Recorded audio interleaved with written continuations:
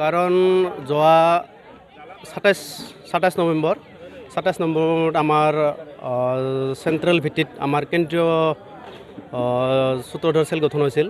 সেই মৰ্মে আমাক ইনষ্ট্ৰাকশ্যন দিছিল যে ডিচেম্বৰ মাহৰ ভিতৰতে আমাৰ কমপ্লিট যিমান আমাৰ 4খন ডিষ্ট্ৰিক্টত যিমান আমাৰ সূত্ৰধৰ মানুহখিনি আছে সেই মানুহখিনিক লৈ আমাক মানে ইনষ্ট্ৰাকশ্যন দিছে যে ডিষ্ট্ৰিক্ট কমিটি গঠন কৰিব লাগে বুলি।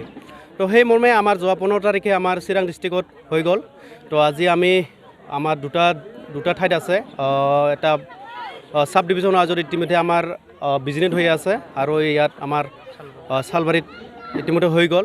তো ইয়াত আমি বিশেষকৈ এতিয়া আমাৰ সূত্ৰৰ মানুহখিনি বহুত মানে প্ৰতাৰণাৰ বলিৰ কাৰণে আজি আমাৰ সূত্ৰধৰ মানুহখিনি ৰাইজে আজি ওলাই আহিছে দলে বলে। কাৰণ কিয় কিছুমান আমাক মানে বিভিন্ন ধৰণৰ প্ৰতিশ্ৰুতিৰে আজি আমাৰ মানুহখিনিক মানে বিপক্ষে পৰিচালিত কৰাৰ দৰে কৰিছিল। তাৰ কাৰণে আজি আমাৰ যিমান নৱপ্ৰজন্মখিনি আছে চবেই আজি মাত বান্ধি থৈ দিছে।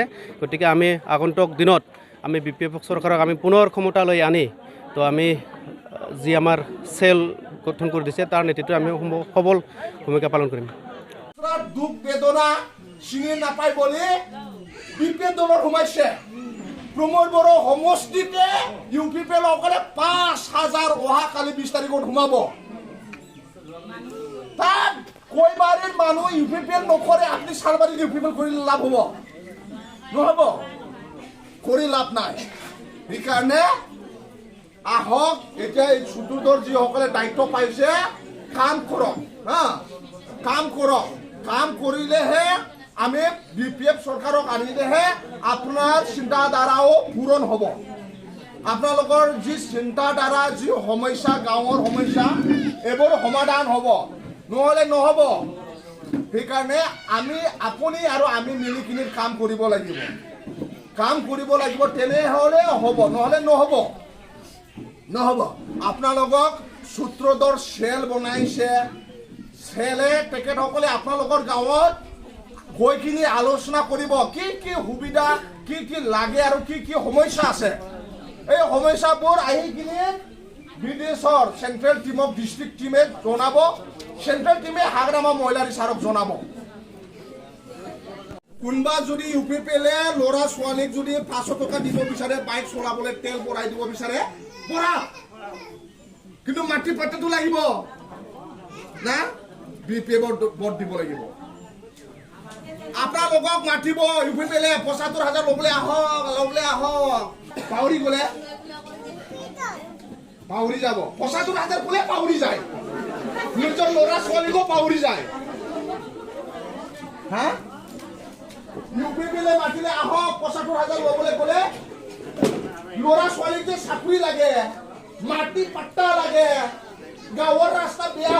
2020ত যেতিয়া BTR চুক্তি হৈছিলে পৰিৱৰ্তনৰ নামত UPPL বিৰাট কথা দিছিলে না, তথাপিওতো আপোনালোকক ফুচলাব পৰা নাই। 2025ৰ কাম কৰিব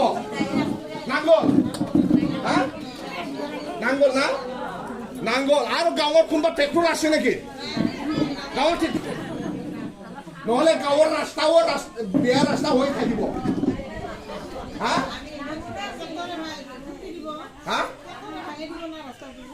ট্ৰেক্টৰে ৰাস্তা বনাই দিয়ে না, এই ট্ৰেক্টৰ অহা কাৰণে ৰাস্তা বেয়া, এই ট্ৰেক্টৰ চৰকাৰ অহা কাৰণে ৰাস্তা গাঁৱৰ ৰাস্তা বেয়া।